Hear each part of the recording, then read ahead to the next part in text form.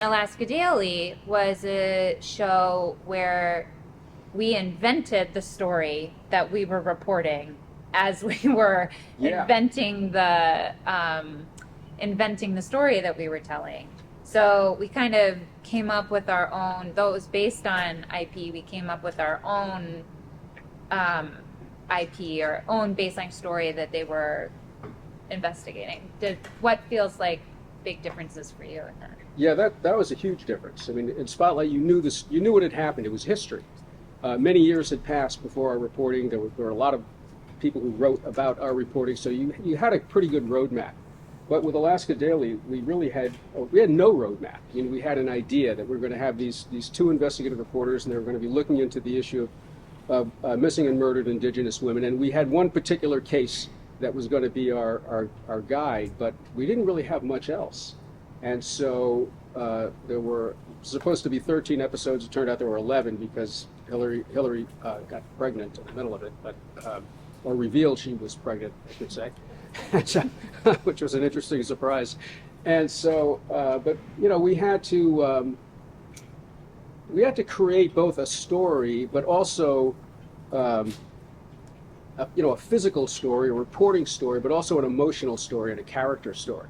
So you want to talk about how we did that? The first things we did were to what? We had the character. Yeah, we had a big character arc where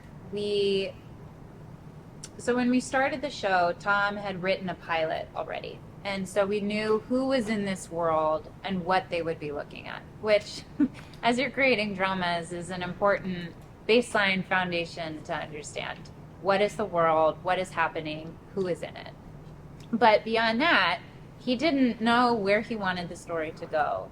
And an important process in a writer's room is trying to collaborate. Like, there are like 12 of us. It's a big room. Big room, trying to come up with the answers to both logistically and emotionally of what happens in this story. What is the arc for each of the characters that feels compelling? Where do they start? What do they have to deal with? Where do they end?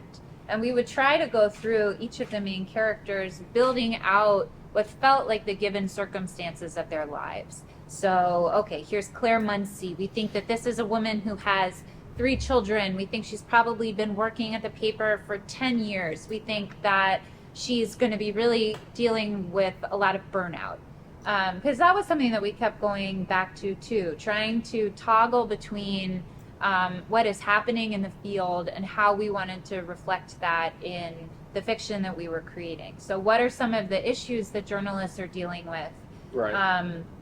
What are some of the stressors? What are some of the conflicts and obstacles that feel important to share with an audience, a huge audience potentially, because we were able to do this story on network television, which is a big, millions of people watched the show.